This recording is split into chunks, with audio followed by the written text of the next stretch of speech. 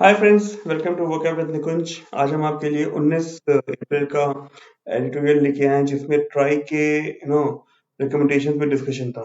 ठीक है, आइए समझते हैं क्या कौन कौन से वर्ड फ्रेज हुए थे, उनकी क्या मीनिंग से, आइए रिवीजन करते हैं। ठीक है, तो first word is ripple effect.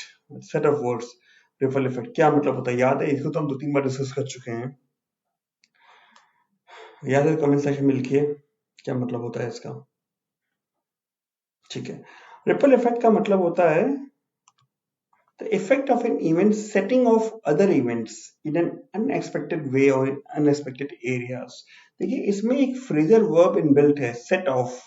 ठीक है, सेट ऑफ का क्या मतलब होता है? सेट ऑफ मतलब होता है शुरू करना। ठीक है, तो कोई एक इवेंट अगर किस दूसरे इवेंट्स को बिल्कुल अनप्रिडिक्टेबल वेज में शुरू करता है तो उसे रिपल इफेक्ट कहते हैं। ठीक है, तो अभी बीजेपी की स्पोक्स पर्सन नुपुर मेहता ने कुछ बोला, उस पे पूरे देश भर में हंगामा हुआ। मतलब लोगों ने सोचा नहीं था कि कैसे और इवेंट्स होंगे, तो उसे एक रिपल इफेक्ट का एग्जांपल कहा जा सकता है। और ये क्या है? ये नाउन है।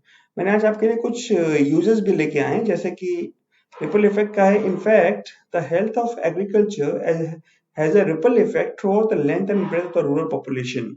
तो जो एग्रीकल्चर का जो हेल्थ है, मतलब कि जो कंडीशन है, उसके रिपल इफेक्ट्स होंगे रूरल पॉपुलेशन के चारों तरफ। ठीक है, throughout the length and breath.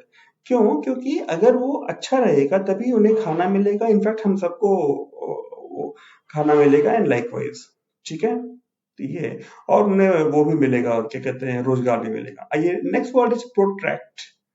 इसे प्रोटेक्ट से कंफ्यूज मत होइएगा। प्रोटेक्ट मतलब सुरक्षा करना, प्रोट्रैक्ट का मतलब कुछ और होता है। याद है आपको? चलिए देखते हैं। प्रोट्रैक्ट का मतलब होता है lengthen in time, cause to be और लास्ट लॉन्गर। किसी चीज का खींचना, मतलब समय के पर्सपेक्टिव से। ठीक है, किसी चीज का क्या कहते हैं, जो चीज है जितनी टाइम की, उससे ज्यादा उसका एक्सटेंड होना। ठीक है, इसके लिए मैंने एक वो बनाया है सेंटेंस, जो मैंने लेके आया हूँ, वो है Discussions were protected with the meetings lasting 6 weeks। जो डिस्कशंस थे वो लंदन होते गए और मीटिंग जो थी वो उन्होंने 6 वीक तक लास्ट किया। ये एक सेंटेंस है और ये क्या है? Verb, right. Next word we have got is tenure. इसे प्रोटेक्ट से थोड़ा थोड़ा रिलेशन है इसका।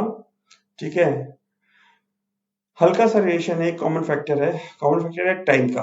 ओके, टेन्योर का मतलब होता है term during which some position is held. तो ऐसा कुछ कहें कि Yogi Adityanath tenure has been now is around 6 years since he is in this thing the CM। तो ये सही होगा। ठीक है, तो उन्होंने पोजीशन हेल्ड की हुई है यूपी के सीएम की 6 साल से। या तो ऐसा है। ठीक है, और ये क्या है? नाउन, टर्म है, नाउन है। ठीक है, next word we have got is spectrum. जब ट्राई की बात हो रही है तो स्पेक्ट्रम की बात क्यों नहीं होगी? स्पेक्ट्रम क्या होता है? स्पेक्ट्रम की हमने कुछ दिन पहले डिस्कशन किया था, 4-5 दिन पहले, लेकिन वहां पे इसका सेंस बिल्कुल अलग था। यहाँ पे सेंस है ये रेंज ऑफ लाइट वेव्स और radio waves with in particular frequencies. अगर आपने 2G स्कैम के बारे में पढ़ा होगा, वहां पे स्पेक्ट्रम एलोकेशन होता है। तो होता क्या है कि अलग अलग नेटवर्क को अलग अलग स्पेक्ट्रम मिल जाता है। ठीक है, एलोकेशन मिलता है जहाँ पे वो अपनी कनेक्टिविटी रिलेटेड चीजों को वो कर सकते हैं। ठीक है, डाल सकते हैं एंड लाइकवाइज। तो स्पेक्ट्रम क्या हुआ? नॉन हुआ। यहाँ पे बिल्कुल टेक्निकल मीनिंग है इसकी। ठीक है, next word is negate. Negative से थोड़ा थोड़ा लिंक हो रहा है। निगेट क्या मतलब होता है? Negate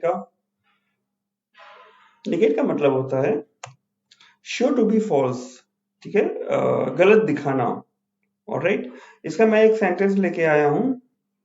Having our luggage stolen did not negate the fantastic time we had on our cruise। Cruise का मतलब होता है पानी के जहाज पे की जर्नी को क्रूज भी कहते हैं। ठीक है, तो despite the fact that their luggage was stolen, that they didn't negate the fantastic time they had। कि उनका लगेज गायब हो गया, चुरा लिया गया, बट उससे उनका मूड ऑफ नहीं हुआ। उन्होंने जो फैंटास्टिक टाइम था उसको उन्होंने निगेट नहीं किया। ठीक है, उन्होंने गलत नहीं दिखाया, मतलब उन्हें फिर भी अच्छा लगा जो फैंटास्टिक टाइम था। ठीक है, और ये क्या है? शो है, तो क्या होगा? verb, right? Next word is next set of words is steep in. इसका क्या मतलब होता है, उसने हमने डिस्कस किया था। स्टीप इन का मतलब होता है to make someone know and understand a lot about something, किसी चीज के बारे में किसी को समझाना, ठीक है, जानकारी देना, समझाना, ऐसा। तो इसका मैं एक सेंटेंस भी लेके आया हूं आज। They spend a month steeping themselves in Chinese culture. उन्होंने एक महीना गुजारा चाइनीज कल्चर को समझने में, जानने में। और ये क्या है, ये है part of speech phrasal verb. Next word is obviate. Obviate का क्या मतलब होता है? What does obviate mean? Obviate means prevent the occurrence of. So if you don't let something happen, that means you are obviating it. All right. I've got a sentence for you for this word as well. The new medical treatment obviates the need for surgery. That means that the new developments in medical treatment, the new technology, they have removed the need for surgery. So that is what it means. And what is it? Which part of the speech does it belong to? It is a verb. ठीक है। Next word is malfeasance. Malfeasance का क्या मतलब होता है? देखिए MAL जहां भी लगता है ना, तो उसका कुछ नेगेटिव कॉनोटेशन हो जाता है। MAL जैसे माल न्यूट्रिशन हो गया, मालाफाइड हो गया, एंड हाँ, और तो कोई वर्ड नहीं याद आ रहा है। तो मालफिसेंस का मतलब देखिए क्या है, wrongful conduct bye a public official. Negative, wrongful, ठीक है, कुछ भी गलत होना। तो एक कोई भी पब्लिक चीज, कोई ऑफिसर है या ऑफिशियल है, उसने कुछ भी गलत काम किया तो उसे मालफिसेंस कहेंगे। इसका एक सेंटेंस लेके आए हैं हम। He was accused of malfeasance in office, but he was not tried until several years had elapsed. अब आप सोचेंगे कि accused of malfeasance in office, उसके ऊपर आरोप लगा, but he was not tried। देखिए tried का मतलब यहाँ प्रयास करना नहीं है, यहाँ पे tried का मतलब है ट्रायल। जो कोर्ट्स में चलते हैं ना ट्रायल, उसका मतलब है कि उसके ऊपर मुकदमा नहीं किया गया, ठीक है, अंटिल जब तक कुछ साल पार नहीं हो गए। और ये क्या है? लॉफुल कंडक्ट है। कंडक्ट क्या हुआ? Noun, right? ठीक है। Next word is net. Net, net क्या है? नेट इंटरनेट तो सब लोग जानते हैं, ठीक है। मच्छरदानी वाले नेट को भी सब लोग जानते हैं। ये नेट का क्या मतलब है? उस दिन क्या यूज हुआ था? एज तो नेट का मतलब है यील्ड और अर्न एज क्लियर प्रॉफिट, ठीक है, नेट प्रॉफिट, ऐसा कुछ। तो यहाँ पे net as a verb use हो रहा है, ठीक है। इसका मतलब कि क्लियर प्रॉफिट निकाल के लाना, दिखाना, ठीक है, समझ में आ गया। Linchpin, important word. क्या होता है लिंचपिन का मतलब? लिंचपिन का मतलब होता है a central cohesive source of support and stability. उस दिन मैंने आपको बताया था 19 अप्रैल को कि लिंचपिन का मतलब यहाँ पे था टेलीकम्युनिकेशन सेक्टर से था, मतलब, ठीक है। The economy can ill afford any further disruption in the linchpin sector. Telecom sector को लिंचपिन सेक्टर क्यों बोलते हैं? क्योंकि हमारी आपकी सारी, आप जो वीडियो भी देख रहे हैं, प्रो भी अपने मोबाइल डेटा पे देख रहे हैं, तो बहुत कुछ आजकल कम्युनिकेशन और टेलीकम्युनिकेशन पे डिपेंड करता है, इसलिए टेलीकम्युनिकेशन सेक्टर को लिंचपिन सेक्टर बोलते हैं, ठीक है। बहुत सारी चीजें उस पर डिपेंड करती है, ठीक है। तो ये है, और ये क्या है?